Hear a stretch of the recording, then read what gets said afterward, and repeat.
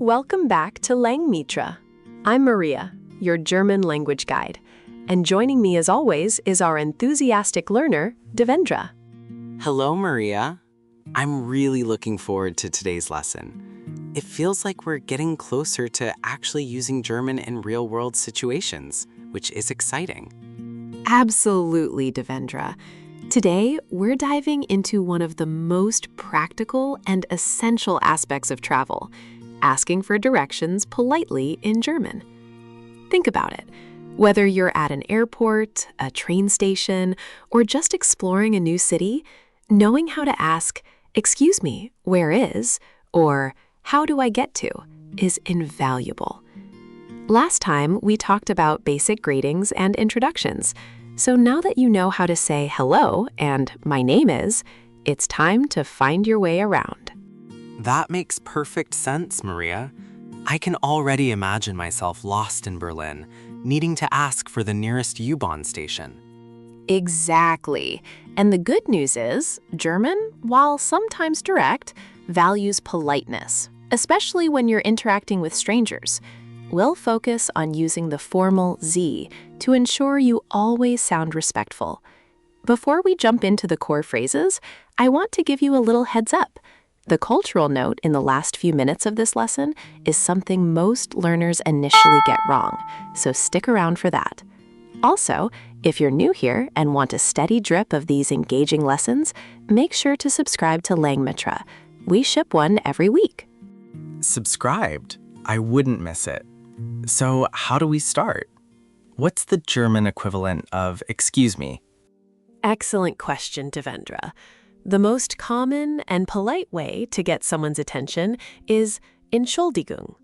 It literally means excuse or apology, but it's used just like excuse me when you're trying to get someone's attention or apologize.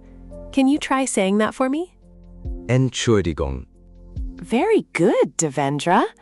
The sh sound is like the sh in shoe, and the at the end is like ung. Let's try it one more time. Entschuldigung. Entschuldigung.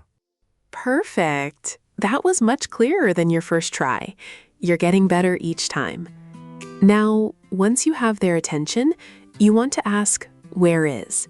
For this, we use wo ist, which translates directly to "where is." So if you want to ask, "Where is the train station?" you'd say, "Wo ist der Bahnhof?" The word for train station, Devendra, is der Bahnhof. It's a masculine noun. Der Bahnhof. Got it. So, Entschuldigung, wo ist der Bahnhof? Fantastic, Devendra. That's a perfect start. Now, let's try another common place. How about the pharmacy? That's die Apotheke. Notice it's a feminine noun, so we use die before it. Can you try saying die Apotheke? Die Apotheke. Excellent. Now put it all together. How would you ask, "Excuse me, where is the pharmacy?" Entschuldigung, wo ist die Apotheke? Wonderful. You've successfully formed your first polite direction question. And remember, we're using Sie implicitly here because you're addressing a stranger. You're doing great, Devendra. Let's try one more for this block. The hotel. That's das Hotel. It's a neutral noun, so we use das. Can you say das Hotel? Das Hotel. Good. Now, Devendra, what if you needed to ask for the hotel? Try the full phrase. Entschuldigung, wo ist das Hotel? Brilliant! You've got the hang of wo ist. Now, let's practice this a bit. Imagine you've just arrived in Munich and you need to find your hotel. You see someone who looks like they might be able to help. How would you approach them and ask for the hotel? Okay, so I'd say, Entschuldigung, wo ist das Hotel?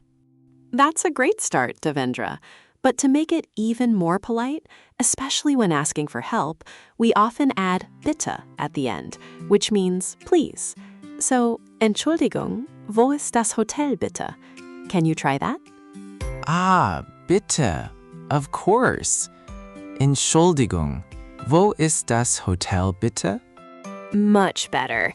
That sounds very natural and respectful. You see, you're already sounding like a local. Remember, just adding that little word makes a big difference in politeness. If this is helping you, a quick thumbs up sends it to more learners who might need these essential phrases. It's definitely helping, Maria. The bitte really adds that extra layer. So, wo ist is for asking about a specific location, like where is the building? But what if I need to know how to get to a place? Like, how do I get to the airport? That's a fantastic follow-up question, Devendra. And it brings us to our second essential structure, wie komme ich zu? This literally translates to how do I come to, but it means how do I get to, or how do I reach to? It's used when you're asking for directions, a route, or a path to a destination. For example, how do I get to the airport would be wie komme ich zum Flughafen? Der Flughafen is the airport, a masculine noun. When it combines with zu, it becomes zum. This is a contraction of zu and dem, meaning the dative form of der. Don't worry too much about the grammar for now. Just know that for masculine and neuter nouns, zu often becomes zum. Zum Flughafen. So it's not zu the Flughafen?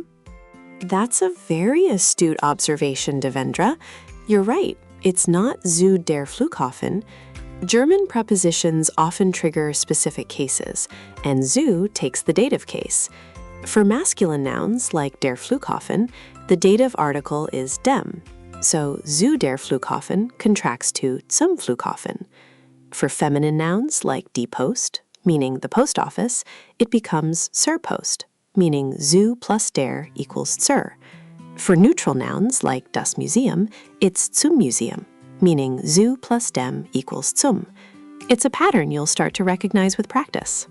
Okay, that makes sense.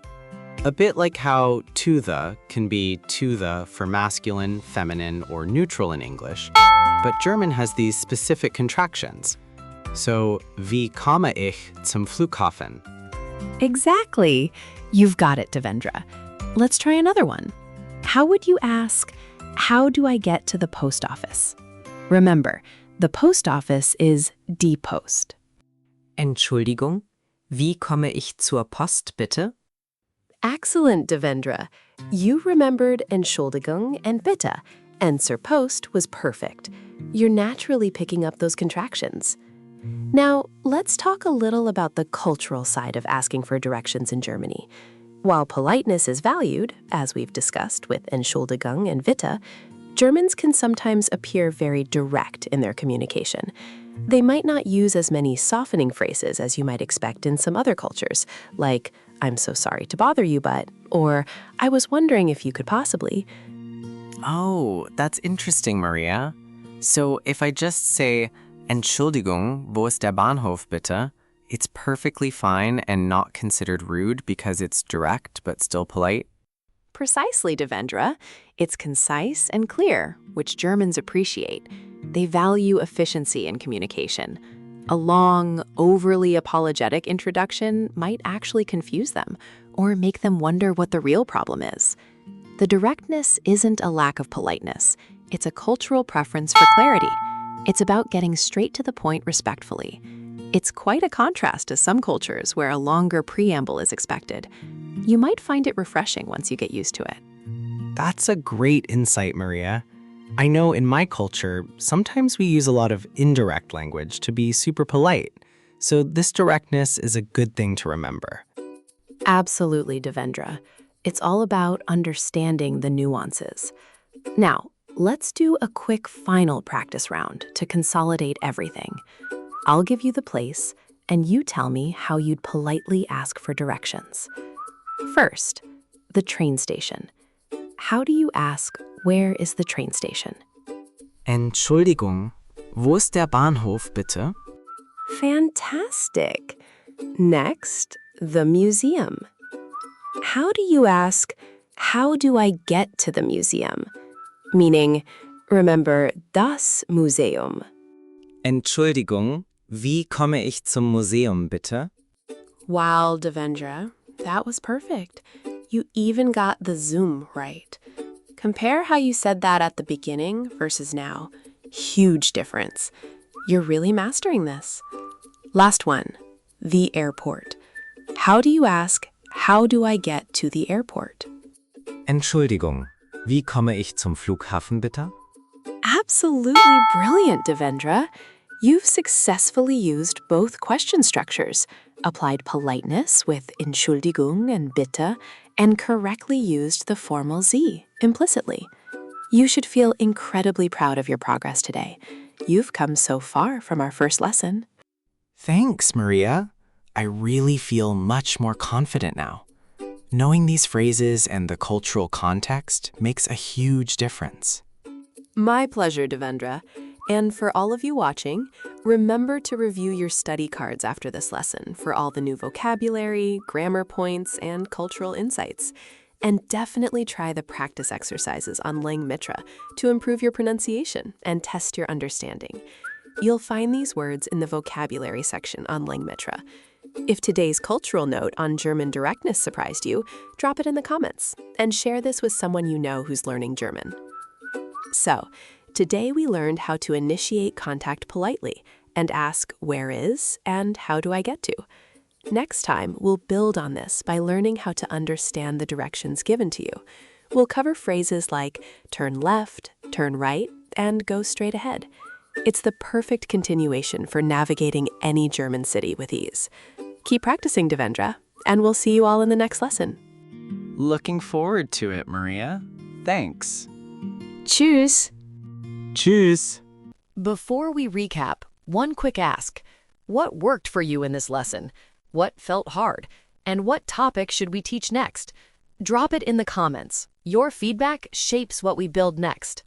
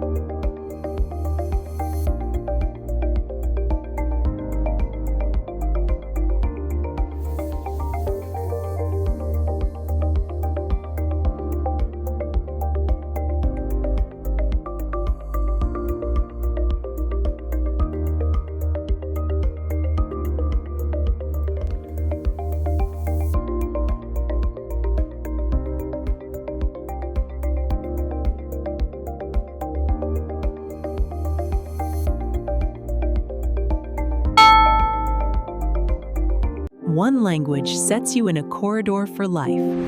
Learn language with podcast. Subscribe.